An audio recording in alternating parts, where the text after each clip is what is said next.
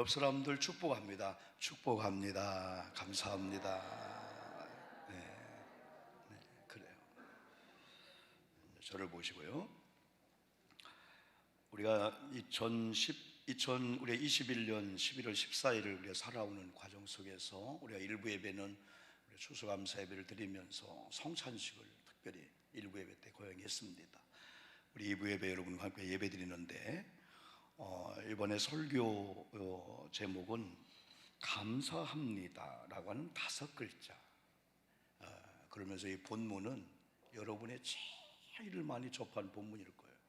암송도 하고 또 복음성가로 부르기도 하고, 여러분 너무나 익히 알고 있는 이 말씀을 우리는 항상 익숙해, 이 말씀은 뻔해, 그 말이야, 그리 듣지 말고 하나님께서 오늘 우리에게 주시는 이게 생명의 양식이거든요. 이 생명의 양식은 영적인 사람들만 먹는 거예요. 일반적인 자연인들, 넌 크리스찬들은 생명의 양식을 먹을 수가 없어요. 먹어도 소화할 수가 없어요.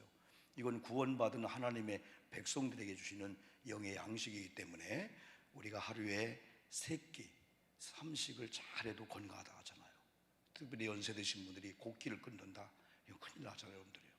영적인 말씀도 마찬가지입니다. 여러분, 하나님께서 우연이 아니잖아요. 항상 하나님께서는 이 상황 속에서 이 시간에 하나님의 뜻이 뭘까, 하나님이 원하시는 게 뭘까, 우리가 그걸 발견하면서 마치 목마른 사슴이 한 모금의 그 물을 사모하듯이, 하나님 살아왔습니다, 오늘도 살아가야 되고 앞으로 살아가야 되는데, 우리가 은혜를 받으면 받을수록 하나님이 아니고는, 하나님의 인도하심이 아니고는, 또 하나님께서 저를 주장하지 않으면 한 발자국도 갈 수 없습니다라는 이런 의기의식을 느끼는 이들이 이 말씀에 내게만 말씀이구나, 이 말씀에 여러분 은혜를 받게 되는 거죠.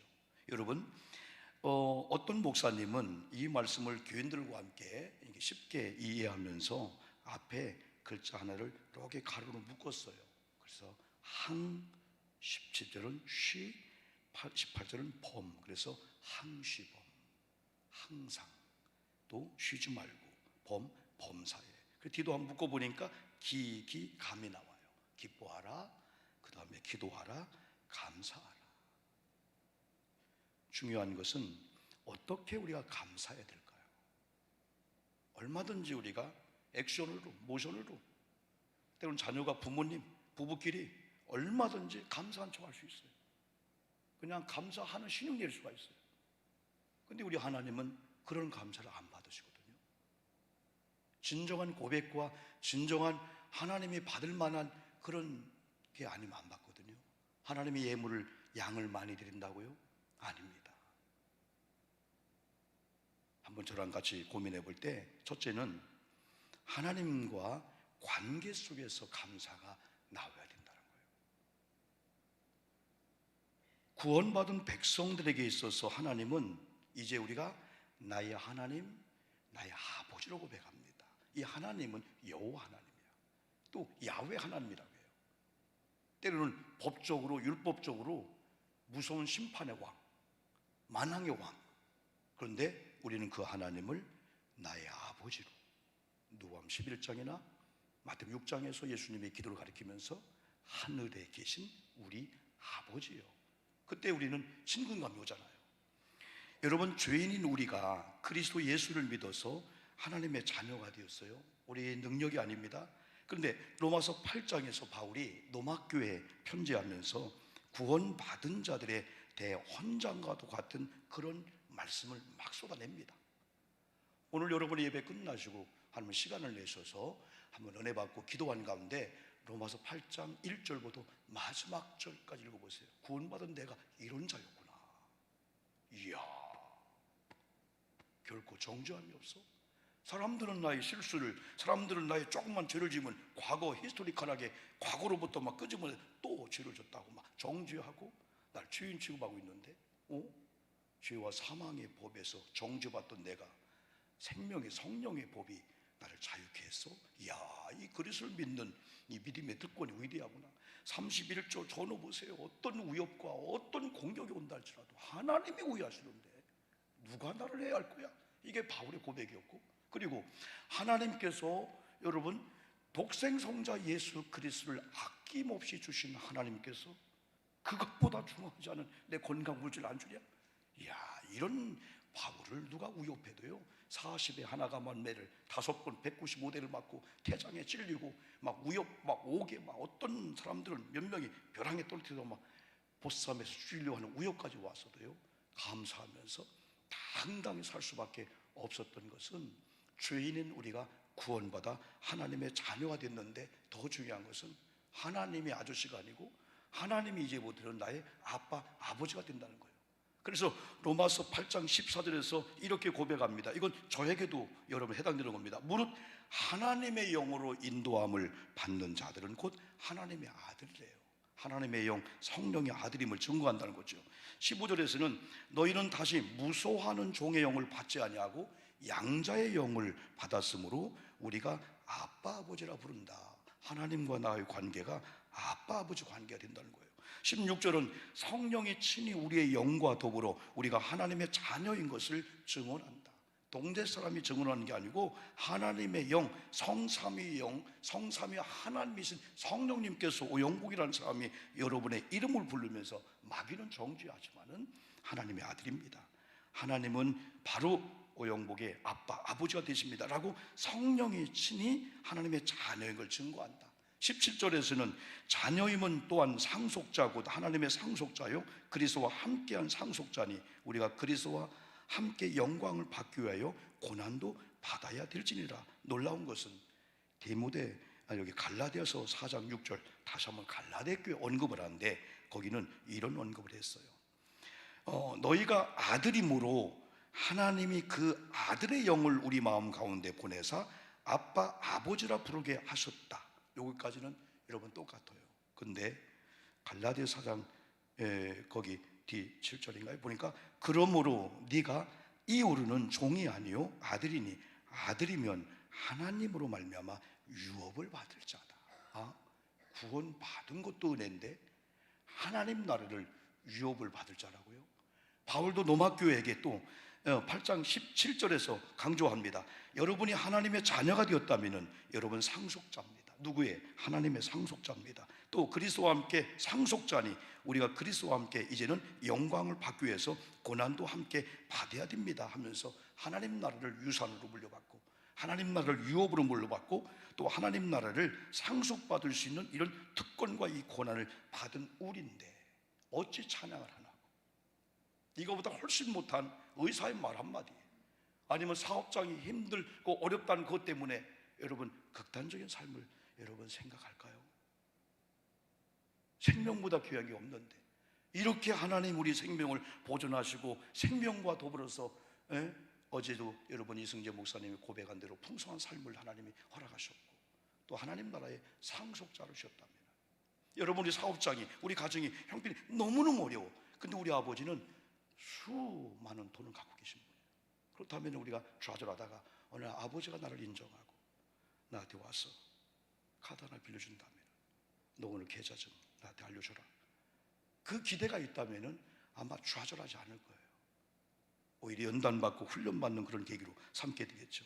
우리가 하나님과의 관계가 이렇게 되면 비로소 감사가 나오는데 구원받은 자의 최고의 관심이 이제는 바뀌었습니다.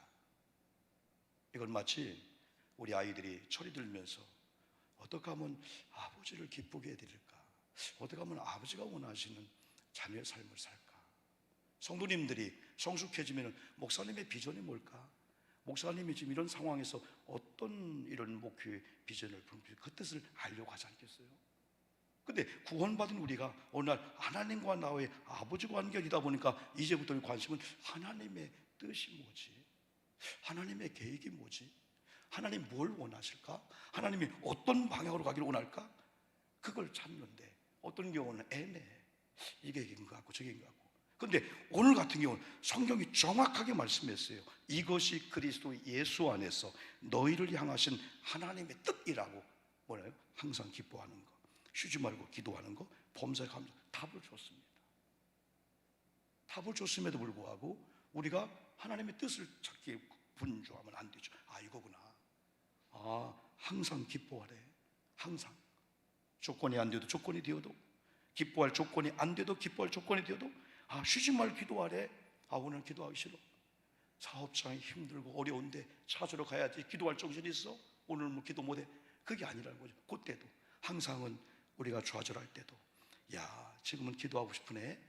기도하고 싶네. 그럴 때도, 우리가 원할 때도 원치 않을 때도, 이 범사가 무릎 범사잖아요. 무릎 범사.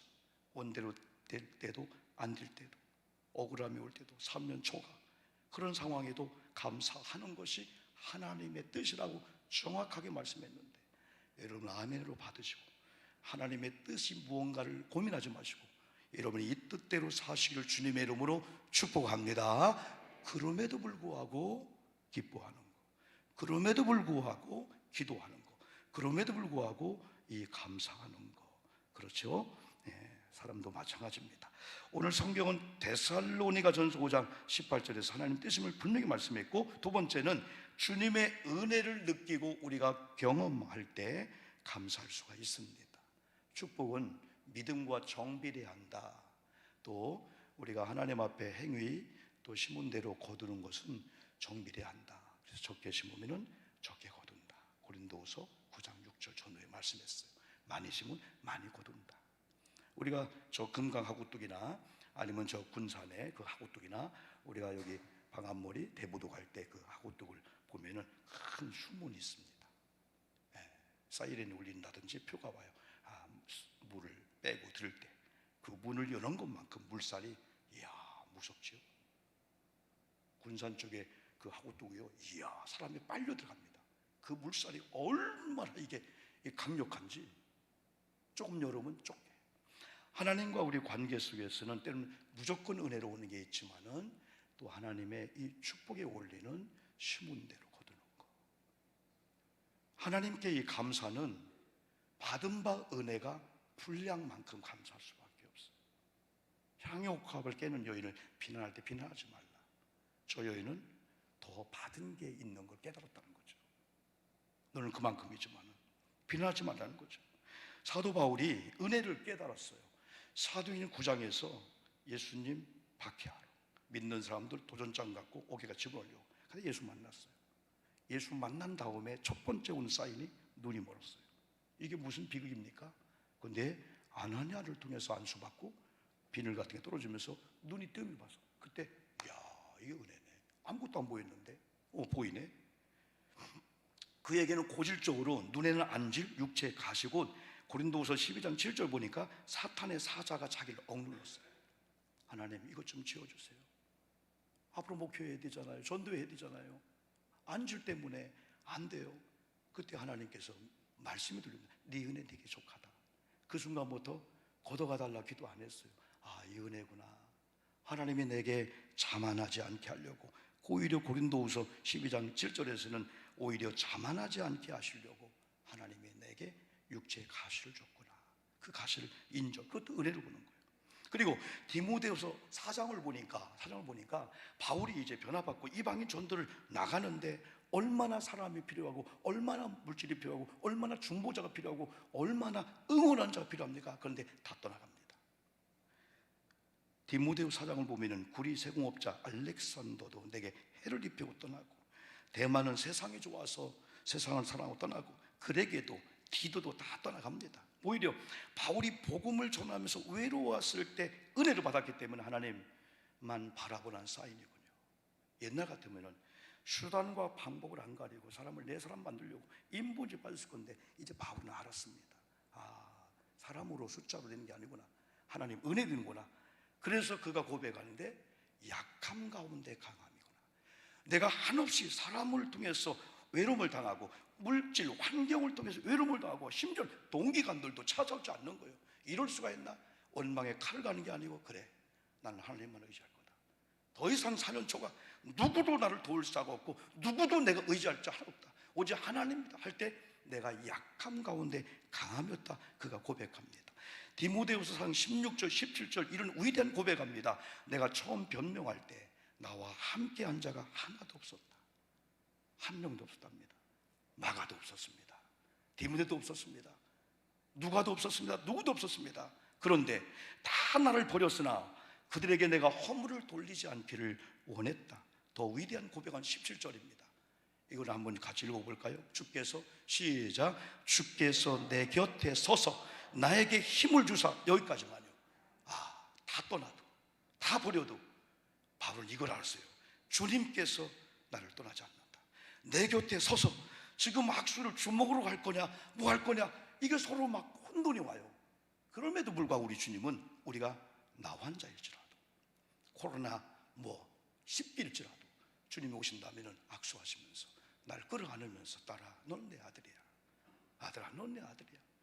지모지도 목사님 또 경찰서 많은 분을 만났지만 여러분요, 너무나 아픈 사고를 많이 들었어요. 우리 주변에 시 부의원을 3번 했던 분이 우리가 살고 있는 아파트에 펜트하우스를 하고 있어요. 옥상에는 수영장도 있고 아파트 위에 그게 있더군요. 이야, 집이 으리으리 삐까삐까. 영종도에 별장을 한번 가봤는데, 이야, 이건 대통령 궁전이라는 거예요.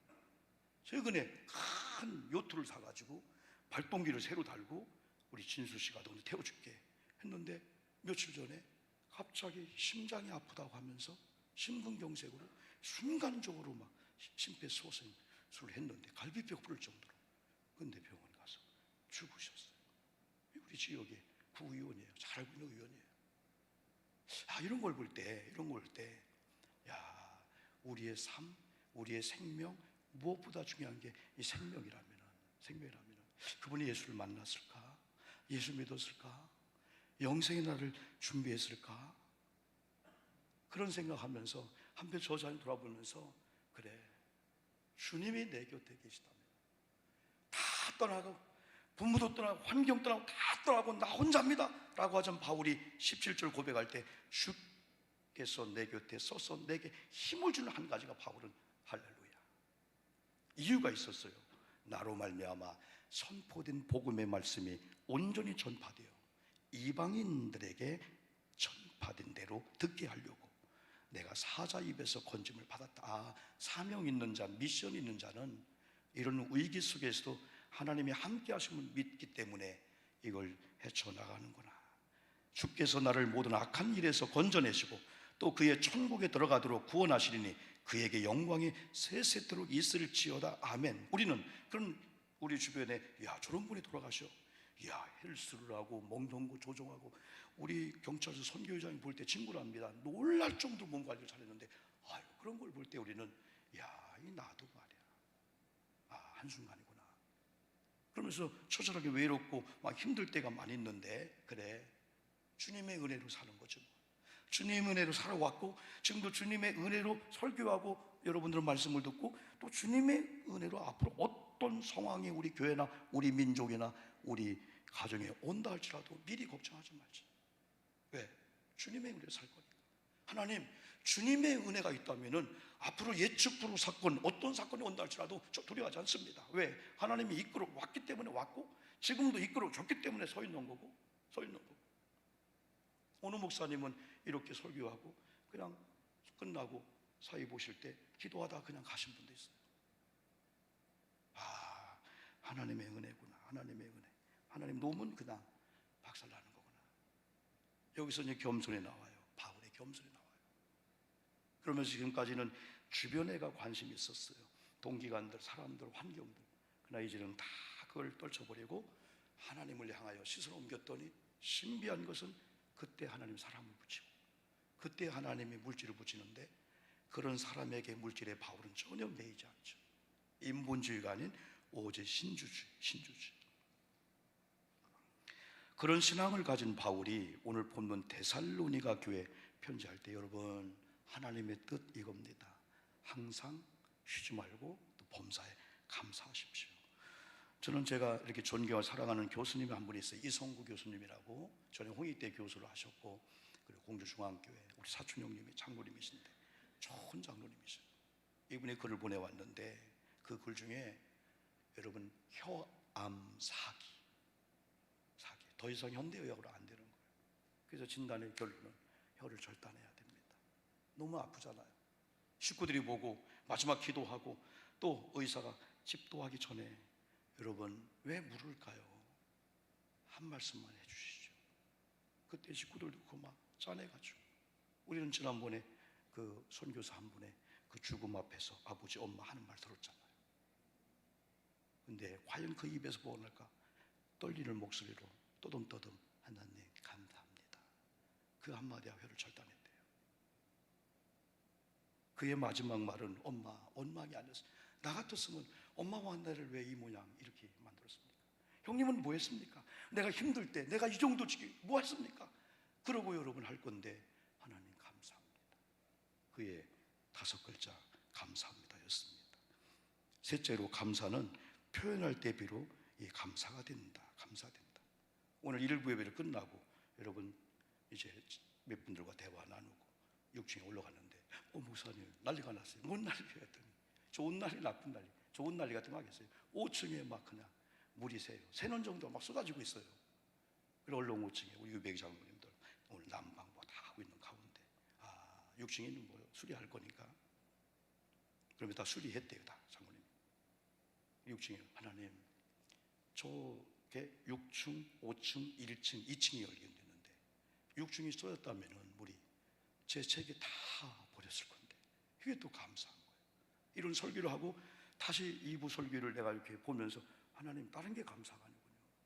저게 쏟아질 수 있는데 왜 5층에 지금 짐을 싸놓고 다 지금 그 의자를 싸놓은 거기가 막 쏟아 내려가 보니까 막 한두 군데가 막 물이 쏟아지는 거예요. 하나님 그것도 감사합니다. 본당이 쏟아졌다면 어떻게 될까요? 2층이 여러분 1층 사무실이 우리 막 컴퓨터가 있는 소리 어떡할까? 다른 게 감사가 아니구나. 그래서 감사를 나도 입으로 표현하자. 여러분 감사를 표현하는 방법은요 우리 자녀들이 부모님께 3가지로 합니다. 때로는 여러분들이 여러분에게 3가지 먼저는 말로 집사님 고마워요. 그때 집사님 전화 한마디 듣고 내가 힘들었어. 집사님 중부적 기도했다며 감사합니다. 그 다음에 2번째는 제스처 몸을 통해서 허그한다든지 포옹한다든지 여보 감사해 여보 감사해. 그리고 몸으로 수고하면서 서빙을 해주면서 봉사하죠. 오늘 설거지는 내가 할게. 내가 다른 걸 몰라도 음식 쓰레기 버리는 건 내가 싫어했는데 오늘 내가 할게. 몸으로. 말로는 했는데 그건 네가 해 하면 그건 저분은 말하고 행동이 틀리네 하고 오해를 해버려요. 3번째는 물질이 가죠. 사랑하기 때문에 가장 귀하고 가장 아끼는 것을 사랑하기 때문에 사랑의 정도 같아요. 사랑의 척도 같아요. 여러분 드리게 되죠. 어떻게 보면 이 추수감사주일은 하나님이 이렇게 맥주 감사 이후에 우리 가정을 교회를 이렇게 쓴다. 말로 감사합니다. 찬송으로. 그리고 강단장식 누가 했잖아요. 누가 했기 때문에 또 이 꽃이 또 강단장식이 그래도 이렇게 여러분 헌신하고 청소하고 봉사하고 우리 몸으로 합니다. 그 다음에가 물질입니다. 하나님 앞에 드리는 것. 여기 여러분 종이 있습니다. 요즘은 종을 많이 안 치죠. 옛날 종을 참 많이 쳤어요. 예배 드리기 전에 성부, 성자, 성령 그럼 졸던 사람이 깜짝 깨기도 하고 때로는 이것이 또 조는 사람이 있을 때 깨요. 이게 종이 또 깨우는 것들이기도 하고 통성 기도하다가 절제하세요. 절제. 이 종이. 근데 이 종이 이래. 목사님 그 당장 버립시다. 종은 종으로 울려야만이 종이다. 종이 울리지 않으면 쇳덩어리다. 누가 쇳덩어리 여기 갖다 놓을까요? 고철을 당장 치겠죠. 감사는 표현하지 않으면 고철과 똑같이 치워버려. 감사는 표현할 때 감사합니다. 몸으로. 이번 다니엘 기도회를 하면서 공통적인 강사님들의 메시지가 있더군요. 그 중에 하나가 신앙생활의 본질을 터치해주네요. 어떻게 하면 복을 받았어요? 교회가 부흥되었어요? 제가 이렇게 물질 그런 얘기 거의 없고 본질이에요. 신앙의 본질. 신앙생활을 왜 하느냐? 놀라울 정도로 애를 많이 받고 있어요.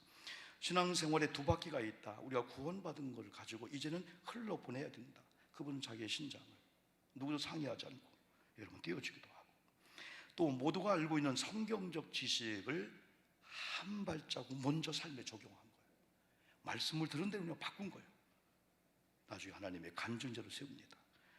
하나님에 대한 사랑을 이웃에게 표현하고, 그 중에 많은 분들 감동을 받았지만은 최근에 우리 11번째 날 김희아 집사님, 우리 김희아 집사님은 태어날 때부터 이렇게 얼굴이 붉은 점이 있었어요.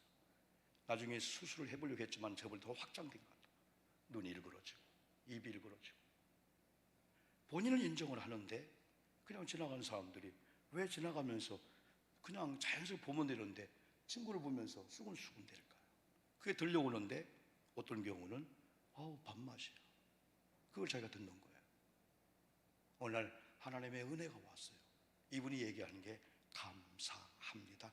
5글자가 연발. 그 중에 하나가 엄마를 원망했다가 야, 우리 엄마 고맙습니다. 나를 낳자마자 어떤 산길이나 산속에 버렸다면 짐승들에 의해서 혹은 죽었을 건데 보육원에 살짝 갖다 놓으신 거예요. 그래서 내가 원장님의 사랑을 받고 부모들의 사랑을 받는, 나는 감사가 나올 수 있을까?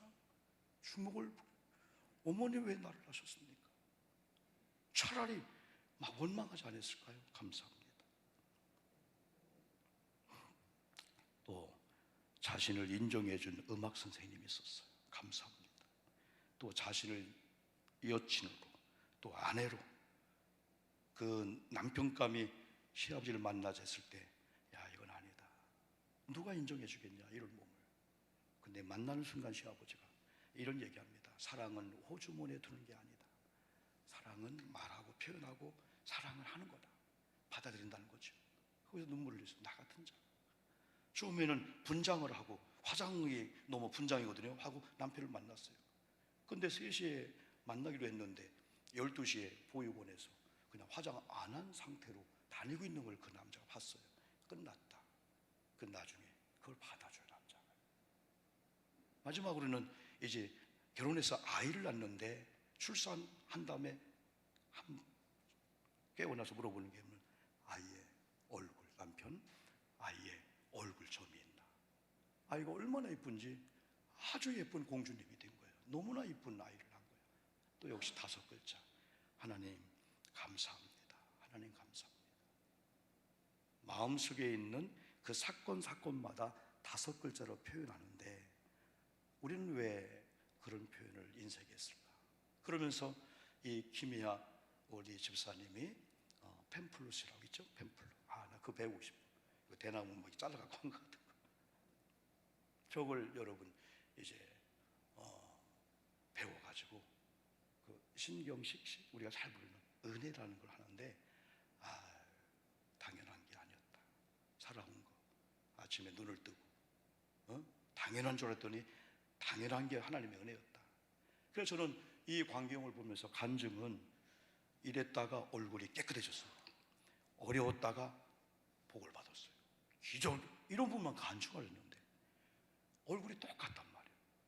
아직은 지금도 사람들이는 춤을 추고 한 번은 아기를 안고 지나가면서 사람들이 그럴 때 얘가 들을까 봐서 아이야, 사람들은 그런 거야. 너는 내 아이야, 내 딸이야. 지금도 아픔이 있는데 하나님 앞에 은혜였습니다. 감사합니다. 간증할 때 수많은 사람들이 은혜를 받았잖아요. 저분은 자기 얼굴이 달란트래. 그 얼굴을 쓰레기통으로 버리는 게 아니고 요걸 통해서 하나님 또 역사하는구나. 어제 이승재 목사님처럼. 그래, 오히려 그 약점을 감추려고 없애려고 하는 이 약점이 오히려 간증이 되었고, 이것 때문에 전국적으로 전 세계적으로 이분을 불러서 간증을 들으면서 또 많은 분이 야, 저분에 비하면 나는 아무것도 아니었구나. 그러면서 감사의 삶으로 막 바뀌게 되거든요. 여러분, 한 주일은 우리 한 번쯤은 추수감사가 오늘만이 아니고 감사의 노트를 쓰시면서 그럼에도 불구하고 감사를 표현하시면은 내게도 이런 감사한 일이 있구나. 그래서 감사의 주인공들 다 되어서 하나님이 그래, 내 뜻을 이뤘구나. 내가 너 상속자로 여겼으니까 사업장, 직장 조금만 기다려. 내가 널 간증자 세울게. 예수만 잘하는 간증자 세울게. 여러분, 이런 여러분 되기를 여러분 주님의 이름으로 축복합니다. 우리 한 1, 2분 동안만 기도하고 헌금송은 우리 김희아 우리 집사님의 그 팸플룻 여러분 은혜 연주로 하면서 헌금송을 합니다.